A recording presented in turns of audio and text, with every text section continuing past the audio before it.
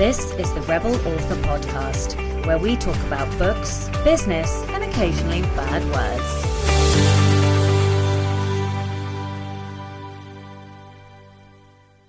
Hello, Rebels, and welcome to episode 112 of the Rebel Author Podcast. This week I'm talking to Janice Hardy all about how to improve your descriptions and settings. But first to last week's question, which was, do you have a pen name? Or if you don't, what would your pen name be? We only had one comment this week, which was from CJ Dainton on Instagram. And CJ said, I collect pen names, which is lovely and hilarious. I am in the process of creating a new pen name, which is going to stay secret. And I had narrowed it down to one, and now I sort of opened it back up to two, which is sort of variations of each other. And I can't really choose or make my mind up. So I don't know how I'm going to do that because I want to keep it secret. So I can't tell you what they are. I may eventually let you know what they are. I don't know. But just for now, whilst it's still feeling fresh and vulnerable, I'm going to keep it to myself. Okay, so this week's question is, since you started writing, what's the best money you spent? And I asked my patrons that question this week in the Patron Poison and Prose Q&A. So yeah, I thought it was such a good question, and we had some amazing responses that I thought I would share the question with you guys as well. Okay, so book recommendation of the week this week is Romancing the Beat by Gwen. This is a book all about how to write romance.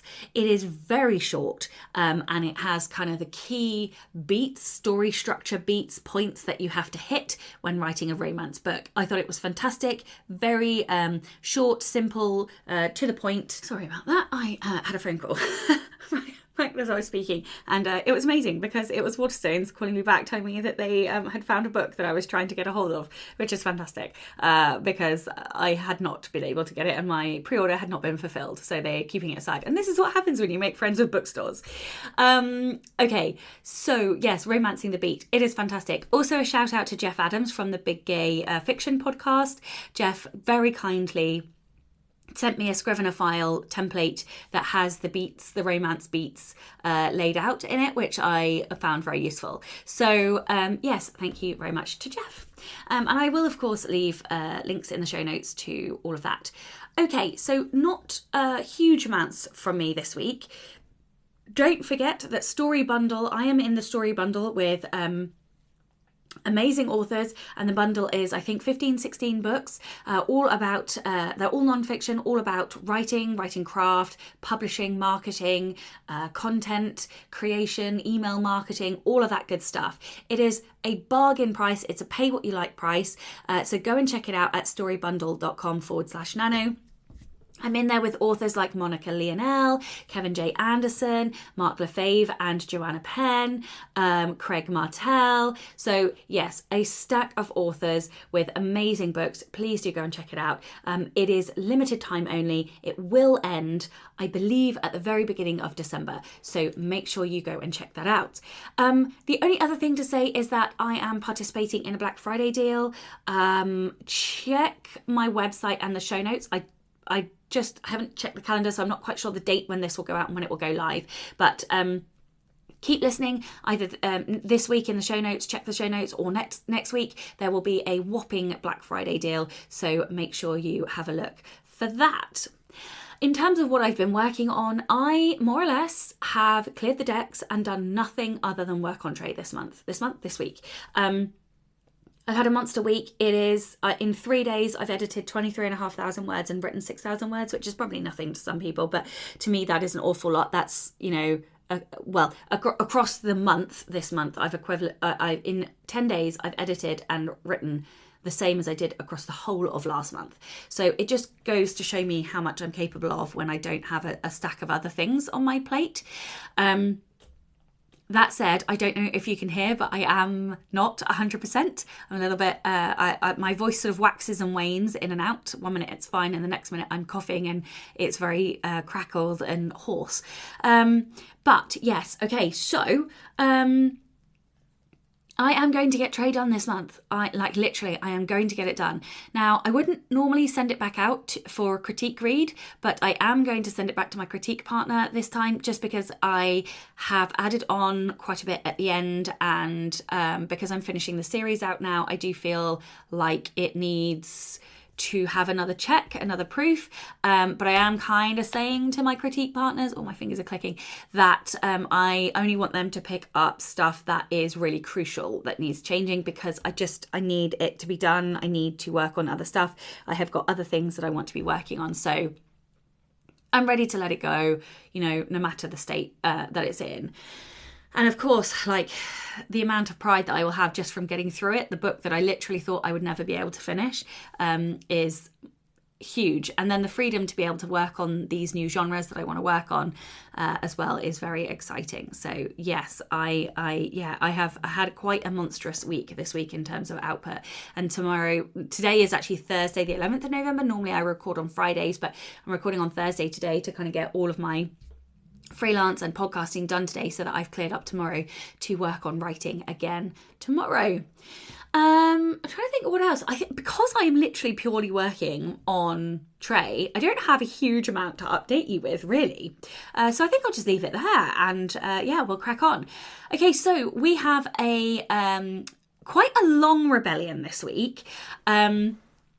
And it's from Anonymous. So I can't tell you who it's from, but I do love this story, and I hope you'll stick with me, even though it's quite long, because it is a fantastic rebellion. I arrived at Aberystwyth University in the autumn of 1987. I'd escaped an abusive relationship outside of my home with a person in authority who should have known better. 18-year-old me arrived battered and without an ounce of confidence, believing that I was rubbish and deserved nothing good in my life, so I immersed myself in my degree.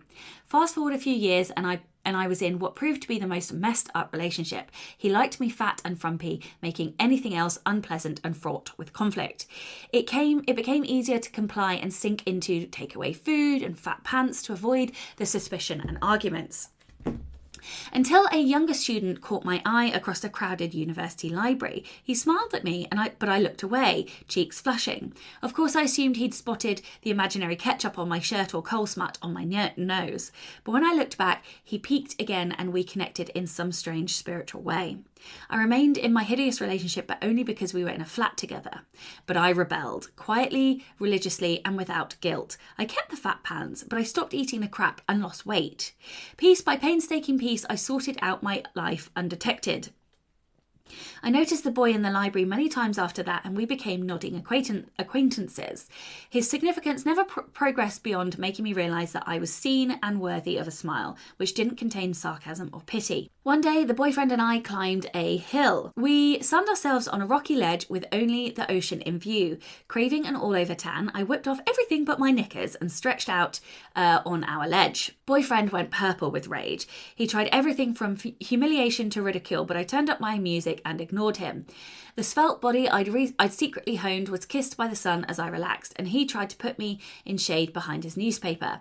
I noticed a family on the rocks about half a mile out to sea, but figured they couldn't see me on the ledge with my tiny boobies out. Not without binoculars anyway, which they didn't appear to have. By the time they started shouting and pointing, I'd already committed to my nudie rebellion and couldn't bear to lose face, so I ignored them too. When the air sea rescue helicopter soared overhead, I decided it was time to don my shirt and covered myself up.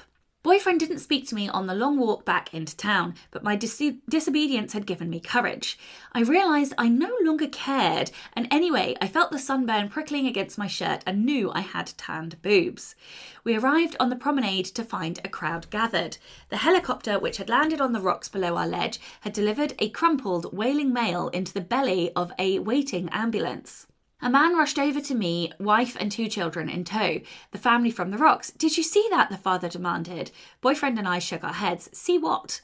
"We tried to warn you," the wife gushed. "There was a guy trying to look at you from the walking track above, and he leaned too far over. Didn't you see him fall?" The peeping Tom had overbalanced on the ledge above us and catapulted himself off the side of the cliff. God, it's not funny, it's fucking awful, but also it's hilarious. He was trying to cop a load of your boobs. Oh, I love this story. Neither of us had seen his short, painful flight, but it ended with many broken bones. That'll learn him for trying to look at a pair of baps. I admit to feeling a little sorry for him because he wouldn't have got much of an eyeful on the way down due to boyfriend's angry newspaper flapping. But I decided that day I was worth more than all of them. I bided my time for 2 more weeks, aced my finals and confessed my unhappiness to my father over the phone. He and Mum hired a van, drove up hours and hours to pick me up and take me back home. I spent the next year ghosting boyfriend and he couldn't stand it. After a whirlwind romance, I married the love of my life. In 30 years, he's never asked anything of me but to be myself. A week after returning from our honeymoon, who should pop up at my place of work? Yes, you guessed it. He told me in front of a packed reception area that his life had turned to crap and he wanted me back. His exact words. Also, I'd left him with a 12 quid share of the electricity bill, which he'd like me to repay. Can we at least talk over lunch, he asked. No, I replied. I gave him my sweetest smile and left him standing there with an audience. Turning back, I added, my husband wouldn't like it. Then I stuck my chin in the air and walked away from him and everyone else who thought they could blow out my candle. I have never looked back. We really do teach people how to treat us by what we accept. I love this story. I love that it is a story of empowerment, of loving oneself. And yeah, I love that a guy broke a bunch of bones because he was trying to look at your tits. I think that's hilarious. That will learn him for being a bit of a perv. Obviously, it's awful. And, I feel terribly sorry for that person. But also... what an idiot! Oh. If you would like to be Rebel of the Week, then please do send in your story. It can be any kind of rebellion, big, small, or something in between. You can email your rebellion to rebelauthorpodcast@gmail.com or you can Instagram me at @SashaBlackAuthor.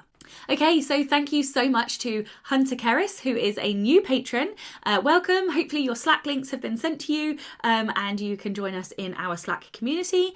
And a gigantic thank you to JP Rindflesh the 9th for upping their pledge. A whopping big thank you to all of my existing patrons. We had a wonderful Poison and Prose session this week. It really was so lovely. I love getting to write with you. I love all of the questions that we ask and talk about and kind of that warm, loving community feel. If you guys would like to support the show and get early access to all of the episodes, as well as bonus content like Poison and Prose, or the Rebel Readers Masterclasses, or the occasional bloopers that I like to send out, and a bunch of other stuff, then you can from as little as $2 a month by visiting patreon.com/Sasha Black. Okay, that's it from me this week. Let's get on with the episode. Hello and welcome to the Rebel Author podcast. Today I am joined by Janice Hardy. Janice is the award-winning author and founder of Fiction University, where she helps writers improve their craft and navigate the crazy world of publishing. When she's not writing about writing, she spins tales of adventure for both teens and adults, and firmly believes that doing terrible things to her characters makes them more interesting. Hello and welcome. Well, thank you very much. Good to be here. You are most welcome. No, I'm really glad. I have sort of known you from afar for a really long time in this indie world, which is tiny. And I've read a couple of your books as well. So it's lovely to see you and meet you digitally and have you on the show. Yeah, right back at that. I was so excited when I got your email going, oh, it's Sasha Black. Oh, I'm on that. So, I know, and I was like, oh, Janice said yes, and then we meet and we're like, oh yeah, we're actually just humans and we both love words. Exactly. Well, to start, would you like to tell everyone a little bit about you and your journey and kind of how you got to where you are today? Sure. In some ways it's kind of boring, but I think that's inspirational in a lot of ways because it's not like I knew somebody or I had this dramatic story or that's worthy of a Hallmark movie or something. I always loved words. I loved writing. I started writing my own little books when I was 7 or 8 and illustrating them. They were terrible, of course, but I just always wrote, always wanted to write. And eventually I thought, wow, this is actually a career. I could do something with this. I could actually try to be an author, and did the slush pile query and got an agent through. I was at a conference when I pitched to an agent and got one through there. And, there wasn't anything fancy. I was absolutely your boring traditional, always wanted to write, taught myself, took a few classes here and there, but basically was self-taught, did the slush pile, got the agent, got the big, traditional publishing 6-figure deal, like the whole, it's like almost the dream going through it the boring way. And that was just kind of how I did it. So yeah, it's funny. I always used to joke, I'd go to conferences and you'd see these amazing authors and hear these incredible keynote speeches. And I used to say, boy, I hope I never have to do a keynote because I have nothing inspirational to say. And then I had to do a keynote once and I went, oh, shoot. So that was kind of my thing. Because I said, well, actually, I guess it is kind of inspirational because it's like, if I can do it, anybody can do it. Like all you have to do is write a book that's great and get it out there. And, it can happen to anyone. So I think that actually is somewhat inspirational. Yeah, it is, because it shows that doing the work actually does produce results eventually, Exactly. So are you a hybrid author now? I am. I've got traditional published, I've got my own self-publishing, and I kind of look at it and I treat it with each book. What's the best path for this kind of thing? And then I just decide, when I'm between agents at the moment, but when I was with my agent, we would look at each book and decide what's the best path for this, and that's where we would go. So I'm probably going to stay with that because there are so many options, like with the nonfiction, it made no sense to go traditional because you can have so much more control. And I had my own platform and it just makes more sense to do that myself. But I write for teens, and with children's books, you almost have to go traditional because there's so many gatekeepers and it's very difficult for indie books to be found because it's not like you're going online and looking for books. 12-year-olds aren't doing that. They're getting book recommendations from parents and teachers and librarians and stuff. But for adult fiction, I can pick either way, whichever I think is the best option for it. So I have an indie published adult fiction because it just made the most sense for that particular book. So I just kind of go, whatever I think the book is going to be the best path for it. Yeah, and I think that is absolutely like the right way to look at it. But I think when we're quite early on in our journey, we tell ourselves lots of things about what validation is, what we want, whether that's more sales or income or being full-time or having a traditional deal. And I think it takes a while to like get over that first whatever it is that we wanted to get to the point where it's like business decision. What is the correct business decision or like the best strategic decision? So yeah, I love that. And it's taken me a while because like I was vehemently against traditional publishing for a really long time. And now I'm like going through some foreign deals and like looking at one of the books that I'm working on, like, this would be better, like to at least try and query. So yeah, I don't know. Like, yeah, I definitely think I've had to learn that lesson. It is, and there's a lot of people who are the flip side of that. And I think some of this is a little generational. Like, I think the older you are, if you grew up always dreaming of seeing your books on the shelves and in the bookstores before indie publishing was even a thing, before ebooks, that is what's in your mind as making it as an author. And I think if you grew up more with the ebooks in the indie world, then there's a whole, the vision of what success means to you and that validation is completely different. So, you're on those two sides of the spectrum. And then of course there's everything in between. Exactly. So you kind of have to figure out what does success mean to you, and then you can pursue it that way. Exactly. I completely agree. Okay, well, we're not here to talk about hybrid publishing. We're here to talk about description. So I read your book on description and loved it. And that's why I reached out to you. So like, I don't know, aside from like good description being very subjective, because some people like really rich and purpley descriptions and some like very clean descriptions, what do you think that good description is, or what does it look like?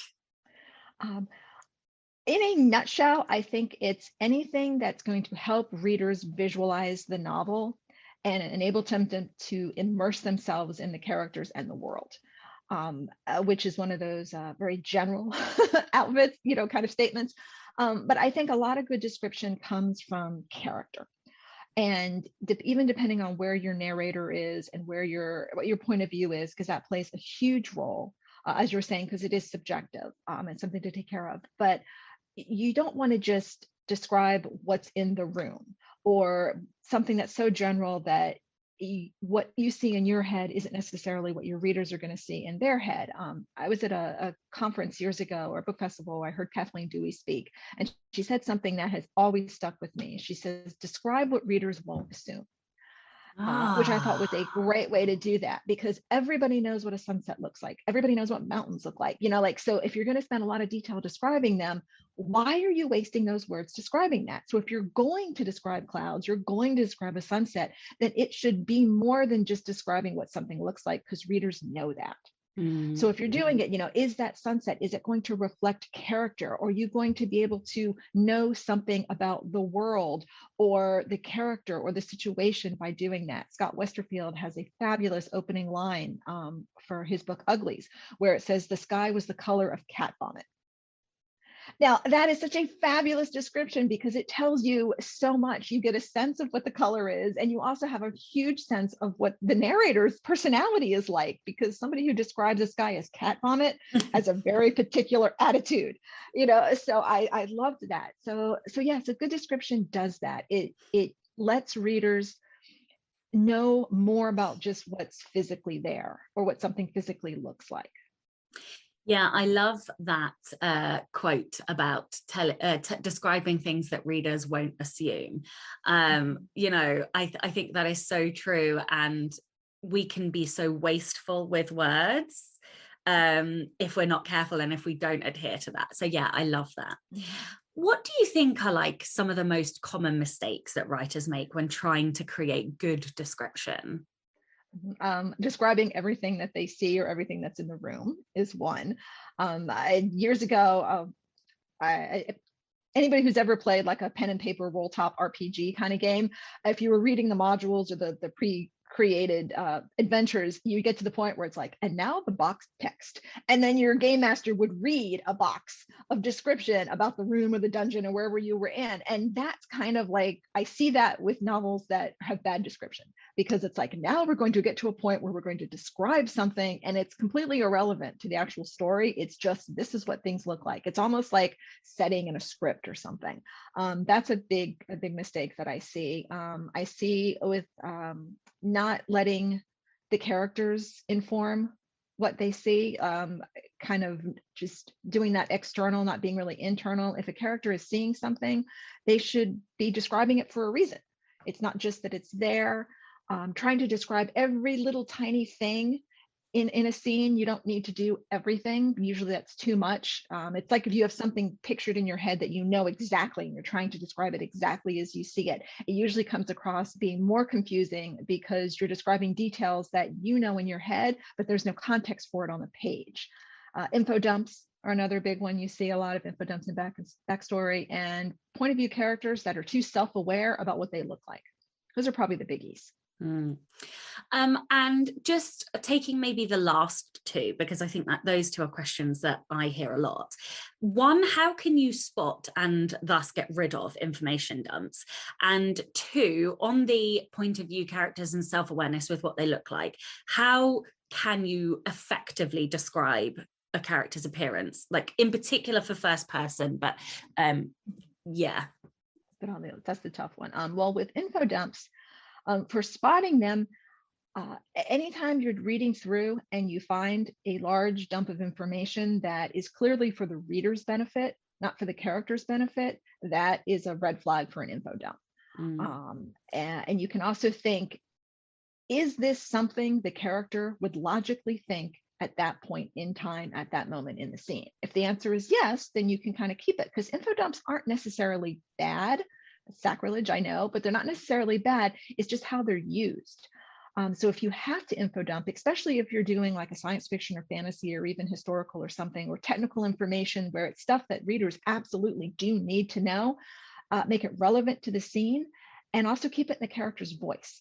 If something is in the character's voice, you can get away with almost anything because it's the character saying it, not the author telling readers what it is.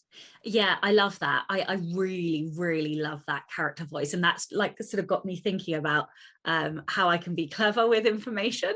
The other thing that came to mind when you're talking, the other time that I'm able to spot an information dump is because it's usually talking about something that is not in the present time of the story plot. So you're talking about things that have happened in the past of the world or whatever. So that's another time that you can spot it, is if it's talking about actions or events not in the present time. Yes. Okay. So what about the self-awareness and the description? The self-awareness. Yeah, that's tough. Now, what you see all the time, and readers get this, they know it, they let it slide over, but it's things like, I brushed my long blonde hair. Nobody is going to ever think about their own hair that way. It's going to be like, I brushed my hair, I twisted it up in a knot or something like that. So you can do, she brushed her brown hair. Editors will just gloss right over it, but it's an opportunity to be stronger with description. So a lot of ways you can either, especially if it's first person, comparisons are really good. You can do something like, my sister's hair was much curlier than mine, or hers was, she had the beautiful auburn color, not the carrot top that I inherited from dad. You can do a comparison like that, which works. You can have somebody maybe showing especially for like a physical description, if somebody's short, you can show them struggling to get something off of the top shelf. Or if they're tall, you can have them having to duck and they go underneath something, or somebody making jokes about what's the weather like up there, kind of thing. You can think about ways to kind of subtly imply something physical about a character with something that character who was that trait would experience in the world. The more you can have characters interact with the world, the more you can show the world and the more real you make that world feel. And that works with the characters as well. You can also remember that characters are more than just their physical traits. And most readers are much more interested in who they are, how they feel, what they think, and their opinions about the world than they are about what they look like. You have some books like Travis McGee was never described in any of the series, like never. The author never described him because it didn't matter. But it's a character that readers love if they love that series. So it's like you can sprinkle in a few things here and there, just enough for readers to give a sense of who the person is, and then that's it. You don't even need to worry about them after that. But yeah, think about what's important. Is it important to know that the character has blue eyes or brown eyes or green eyes? Is that important? Now, some readers really like knowing the physical descriptions of characters, so you're really going to have to take your readers into account on that. And it's also personal preference. I hate description. I don't like doing description, which is really funny, especially since I write fantasy, which is so full of description. But I like more about the characters and the people and what they are and what things mean. And then there's other people who love description. They want lots of description. So take your readership into account too, because especially if you're writing something like romance, the physical descriptions matter more in romance because that's where part of the visual and that's where the fantasy comes from. So you might do more physical description in a romance where you might not do quite as much in like a thriller or a contemporary or something. Whoops. Okay. Go ahead. So I love that you kind of spoke about putting a character's physicality into action. So like the if somebody's tall, they can reach stuff or they have to duck under. I love that. I've never thought about like how using, even though I think I do that in description, I've never done it intentionally, so like I'm definitely going to be more intentional about that now. Yeah, like that's I love these podcasts because you always get pushed to think about what you do in a different way. So I'm definitely going to be more conscious about that now. I think that is fantastic. In your book you talk about the difference between tone and mood, and I thought it was quite an interesting distinction. So I wondered if you could explain the differences and like how you might create different effects like with them, or how a writer should look at them. Definitely. One of the things that I like with words and writing, which has helped me, is there's a lot of words that are used interchangeably. Tone and mood is kind of one of those. They talk about the tone of a story, the mood of a story, the mood of a scene, and they're frequently used interchangeably. But I like, if you think of them as slightly separate things, which I think they are, I think it helps understand them. And to me, tone is more like voice. It is the overall sense and style of a book. It's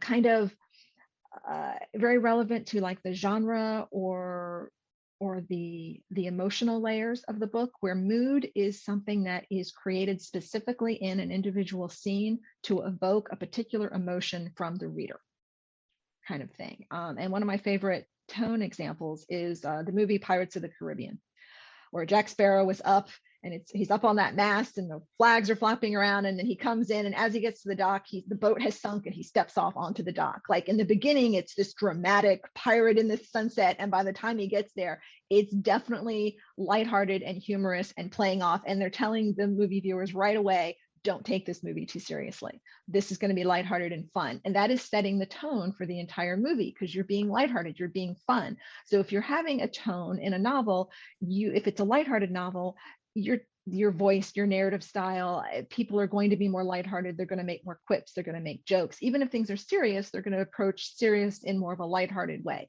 If your tone is very scary or spooky, people are not going to be making lighthearted jokes. They might make jokes, but there's going to be an undercut of fear or sinisterness beneath them. There's going to be, it's going to capture that sense of spookiness. Where mood, you could have all kinds of different moods in a story, and with a mood, if you want things to be scary, or you want your readers to get nervous, you kind of think about, how do you want your readers to feel, because that's where that mood is going to go. It's almost like background music in a movie, where you'll set up where if you want something to be very scary, you're going to start using imagery that's a little creepy, or you're going to use darker tones. You're going to have characters who are starting to feel a little nervous or be a little apprehensive. If it's lighthearted and fun, you're going to have sunny skies, and you're going to have puppies running around, or whatever is silly or fun, that you're going to specifically pick images and even word choices. There's a difference between something scurrying across the grass and something, bounding across the grass. Those put up two very different images. So even your word choice is going to reflect whatever that mood is you're trying to accomplish.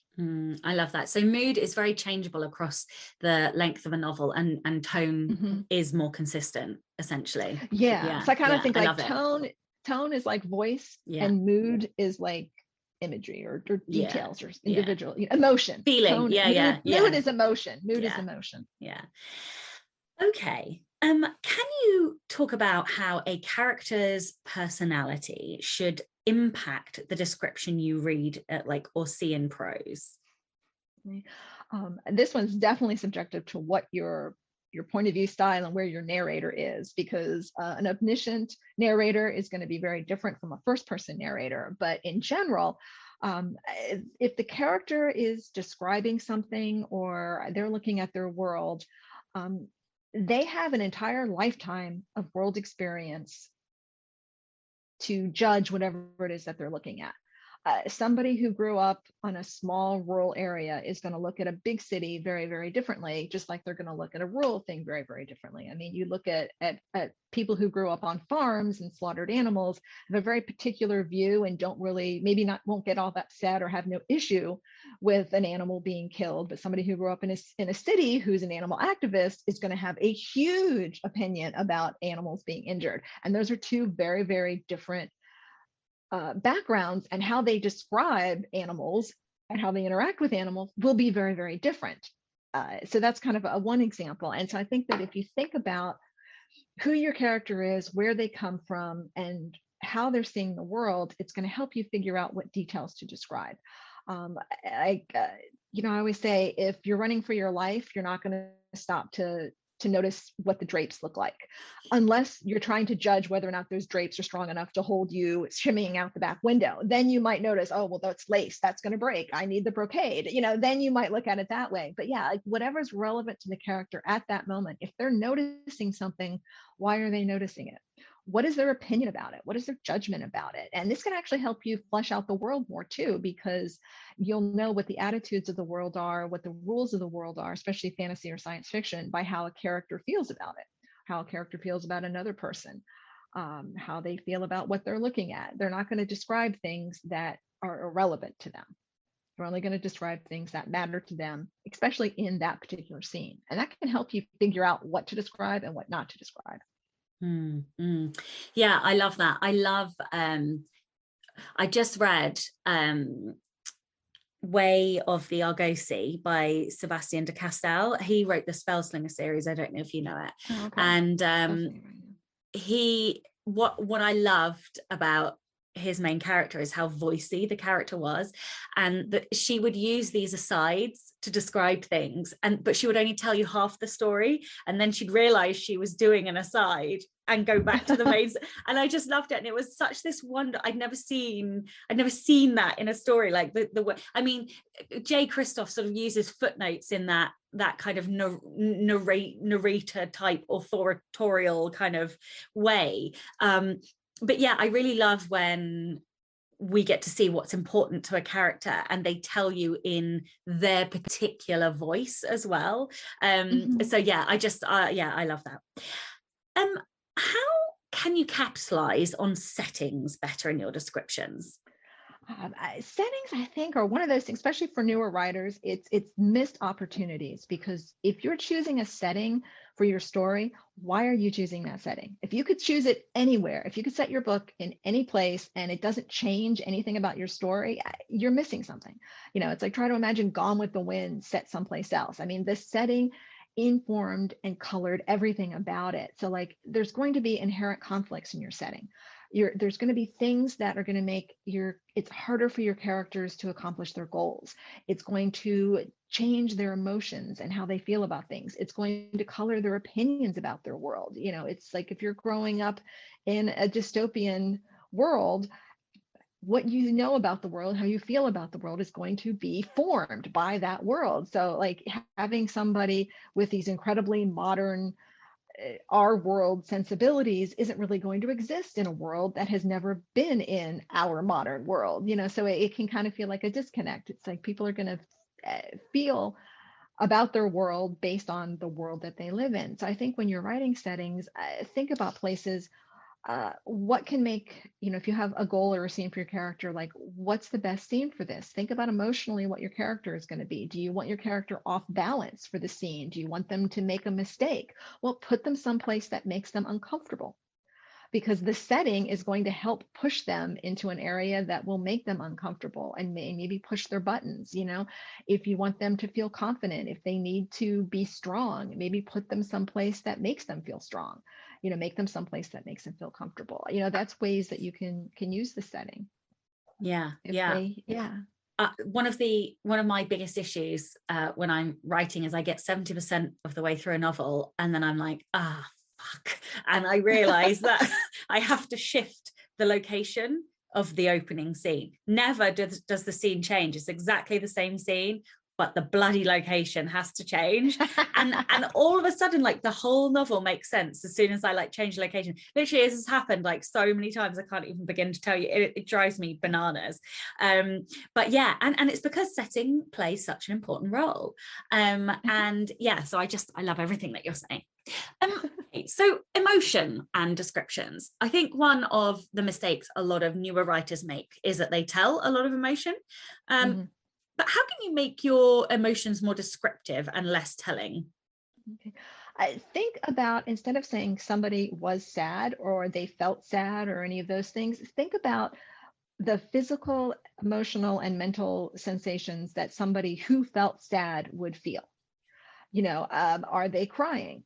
Do they have that knot in the middle of their stomach? Are they flopping down on the couch and sighing? You know, are they avoiding people? Like, you know, if someone was sad, how does that make them feel? What type of things go through their head? You know, what type of physical sensations do they feel? And if you're describing those aspects of it, readers can figure out that the character is sad by observing them, by hearing what they say, hearing what they think, observing what they do. And that's always what you want to do, is be able to let readers go, oh, well, obviously they're sad. Look how they're acting. That's what you know, what you want. And that can work. You can also kind of mix in other things, like don't go towards the first thing that you think of. You know, a lot of times if somebody is sad, you've got struggling to hold back tears or biting a lip or, you know, eyes welling and the vision blurs. You know, those are all great descriptions and we use them all the time. Heck, I have books that use the same ones, but those are the descriptions that everybody goes to. So think about, how does your particular character experience those emotions? Because everybody's different, especially with something like anger. It's like I know some families, if you come from very loud families and they yell and they scream and they're all, that's how they express anger, and then they all hug and cry, they're very outgoing. In my family, nobody yelled. We were not confrontational people. We were angry. We just muttered snide comments under our breath at each other. So if somebody's angry, they might express it in a very different way than another character. So think about your character. How would they specifically express a particular emotion? And then you can dig deeper. And then when you describe those emotions and describe those sensations, not only are you capturing the emotion that you want, but you're also letting readers know a little bit more about your character, and you get to learn a little bit more about who that person is and maybe what their upbringing is like. Yeah. Oh, I love that, especially because I come from a highly competitive family. So we are much more on the shouty, bashy, throwy things at each other. Exactly. Yeah. we don't bash or throw things, but we do shout. Especially banterous, aggressive, you're a loser comments. Anyway. Exactly.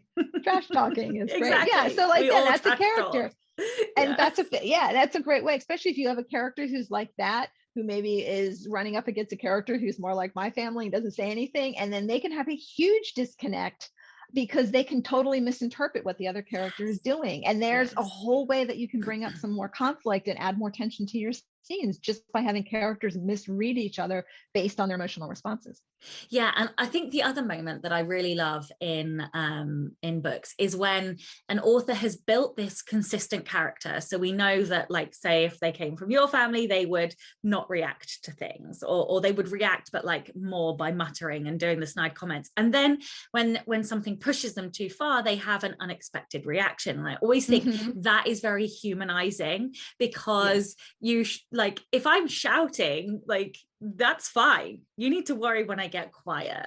Right? Exactly. Oh, exactly. And if you've done it right, as soon as your character gets quiet, the readers go, oh, crap, this is bad. Oh no, something's going down now. Yeah, exactly. So yeah, like, that's just one extra little tidbit for listeners, is to make sure that you pop in that unexpected reaction at some point. Okay, so you also have a section about layering in your book, and I wondered if you could just talk to that a little bit. Layering. Oh yeah, layering's fun, and sometimes you might need to do several passes with this to get it right, especially if you tend to lean towards particular senses in your descriptions. If you're very visual, you may forget to add in tactile or sounds or smells or anything like that. But using your five senses about everything. It's like you want to know, what do things smell like? What do they taste like? What do they feel like? Add in some of those, mix in some of those other details in your story. So it's not just, here's a description, here are 3 or 4 or 5 or 12 details about what something looks like. You want to weave those in there. And you can also layer in some of your emotional stuff, like maybe how something, it's not so much about what something looks like, but it might be also about how something makes a character feel. So you can bring in some emotional aspects to it. Somebody in a really bad mood, or who was just dumped by their spouse or boyfriend or girlfriend or something, if they walk out and it's a sunny day and the birds are singing, they may have a very different attitude about this stupid bright sun and the crappy birds. And I mean, they may just be, describe it very differently than someone else, and you can get their emotional state as well as the physical stuff, and then the sounds. And you can also layer in by weaving those details throughout the paragraph, throughout the page, so that you're not just stopping the story and dumping a lot of information all at once. You can layer it in by, you get a detail here and a detail there and an emotional response here and a thought here. And it's by reading over a couple of paragraphs, suddenly the reader has these 5 or 6 different details, and the picture is painted, and it feels more immersive and much more real, because they're seeing the character interact with the world, and they're gaining information as the character interacts with the world, instead of having a block of paragraph or text where they read it. And come on, let's all know, unless we're huge fans of description and we want to read it, we skim through that stuff. You read the beginning, you read the end, you kind of skim through it, and there can be stuff that's lost. But if it's mixed in, then all of that information is given to the readers, and they kind of absorb it even without realizing it. And then those pictures get made in their head, and they can visualize the world much stronger. So yeah, think about, how you can layer in things. So I've got some questions from my patrons, and the first one is from Shane Miller. And Shane says, how do you make sure you're not over describing a character or setting? Ooh, and that's a tough one because that is so subjective. The first thing I think you need to figure out what over describing actually means for your story and your genre. A literary novel character journey is going to have way more description than like I said, like a first person contemporary, because part of the joy of reading a literary novel is the language and is this description, and that's what your readers are going for. So look at that first so that you can judge what too much is. Once you know that, it comes down to anytime you're reading, and if you feel like you're stopping the story to do a lot of description. If you see bulks of description in big paragraphs, sometimes that's a red flag. It's almost if you have more than a single paragraph with no character interaction at all, there's a good chance you're over describing because it's all external and it's all about whatever it is you're describing. There's no character in there. There's no sense of story in there. And that can be a big red flag. And a lot of times, even if you just take that description and if you just spread it out, or you add some personal character judgment into it, suddenly that over description isn't so over described. So a lot of it is how much you give at one time feels over described. Let's see what other things we can do in there. What's the point of the description is another good way you can look at something. If the only reason the description is in there is to describe what something looks like, then definitely go, okay, how much of this is necessary? Because sometimes if it doesn't do anything else but say what something is, we're throwing it in there just to add description for the sake of description. That can go in there. Trying to think if there's anything else. I think the only other one I can think of is repeated description. So like if somebody's wearing like a red cloak and like you're describing, the maroony color, and then you're describing how like the redness is something else, and then you're and it's just you're saying the same thing but in a different way, like that is exactly. That's a great one. Yeah, say it once and say it well. Exactly. Also look at how often you're describing similar things, like how often are you describing lips or attention to their mouth. Like if you notice, if you're going through there and every single one of your descriptions is generally in the same thing. I had critiquing one of a friend's rough draft chapter recently, and I pointed out to her that almost every one of her stage directions and her details had something to do with driving the car or parking. And it because they were driving somewhere and parking, get to a scene, and everything was turning off or doing this or the GPS on the car. Every description in the scene was car related in some way, shape, or form. That was over describing the car big time. It's like swap out some of those with something else, and that's very common in a first draft because you've got this image in your mind and you're seeing it and you're doing it. So these things aren't bad. Everybody does these. But yeah, that's another one. If you notice whatever general type of description you're using is the same type of description over and over and over. It's a little different than repetition, but it's the same general area. A lot of times if you use more than 3 descriptive words, 3 details in one thing, like 3 seems to be the rule of 3. Like 3 is good. If you go more than 3, chances are you're going too much. Mm-hmm. If you notice you're using a lot of adjectives, that's also a red flag that sometimes when we over describe, we put in way too many adjectives. Mm. Yeah. And we all know about adverbs. So adverbs. Yep. Adverbs are great for first drafts. I call them like placeholders, emotional placeholders, because sometimes they're really good if you're in the zone and you're writing. You can throw in an adverb on a first draft because it capsulizes what it is that emotion or that sense or whatever it is, and you just don't feel like just fleshing it out and describing it at that point. So you can use an adverb in the first draft, but definitely go back on that next pass and look for the adverbs and then flesh them out.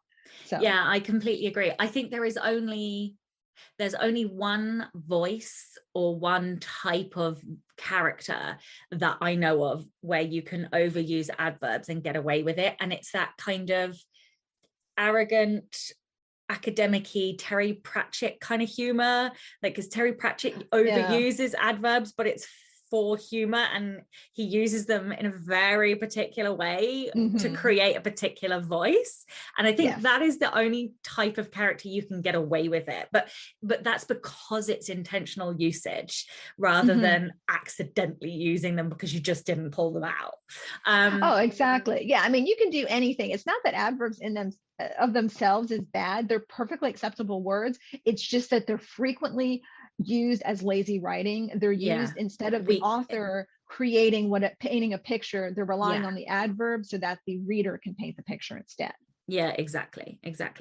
Okay, so Lynn Reed Aubrey asks, what are your favorite like resources or inspiration, like books, tools, and websites? So of course, please do mention your own. And if you have any others that you really like as well, that would be great. Yeah, definitely, I do. Now, of course, Fiction University is there. I've been doing that blog for 13 years, and there's just over 3,000 articles on writing, publishing, marketing, from everything from brand new writers, I want to write, what should I do, all the way up to I have 30 books, how do I advance my career, and maybe do some more higher level professional type skill things. So everything's there. If you have questions on that, definitely go to Fiction University. As far as descriptions, I'm kind of looking more at this description resources, since that's what we're talking about. For emotional stuff, the Emotion Thesaurus, Angela Ackerman and Becca Puglisi, that stuff is fabulous. I mean, her book is fantastic, and all of their thesauruses are really great resources for things. I really like books on like body language and the micro expressions. Joe Navarro is an FBI agent who has several books on body language, and his stuff is fantastic. I like his books a lot.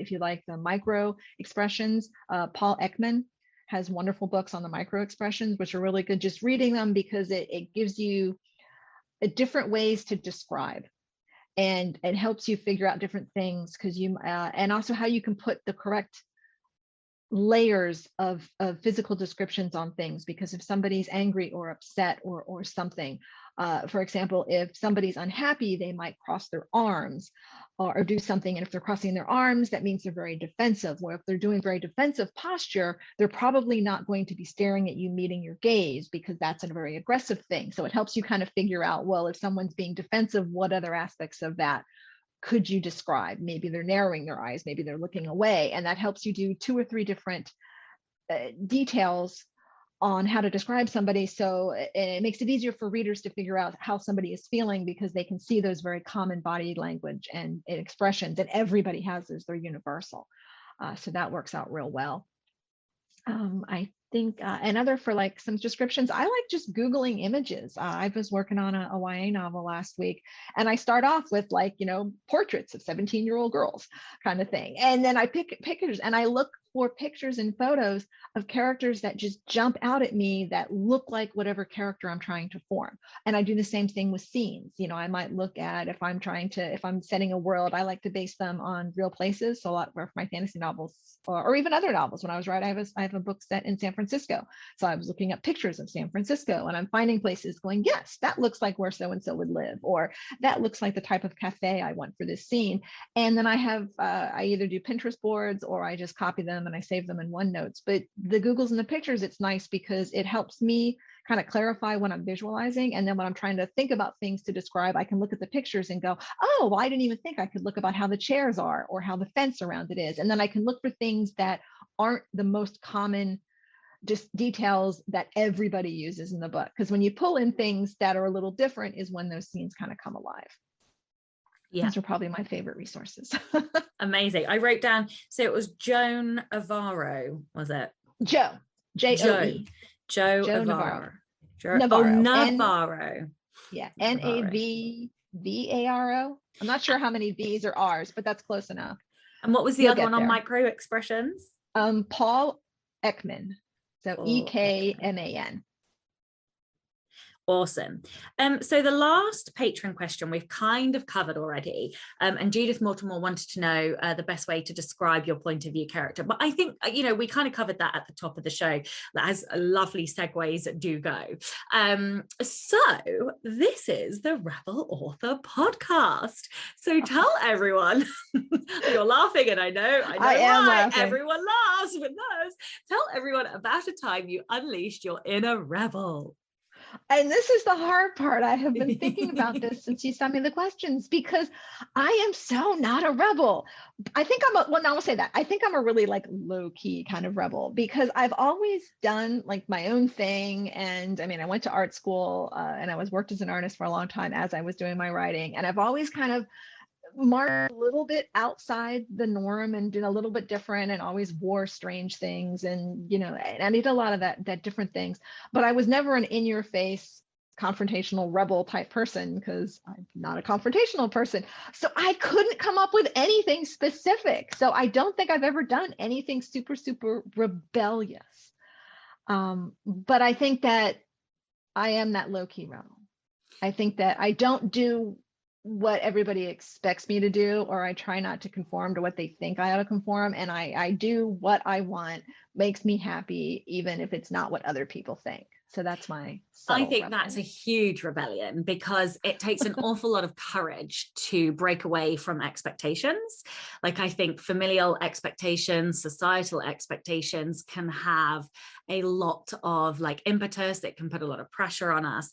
And I think it is hard just to do the things that make us happy, and do the things for us, because families have expectations, friends, families, people who have invested, be it teachers or whatever, they do expect things of us. So yeah, I think you're definitely a rebel if you have broken away from conformity, or broken away from expectations. That is definitely a rebellion, because I've definitely found it hard sometimes to do the thing that I wanted to do rather than the thing that was expected of me. So yeah, I think that's a rebellion for sure. Okay, then.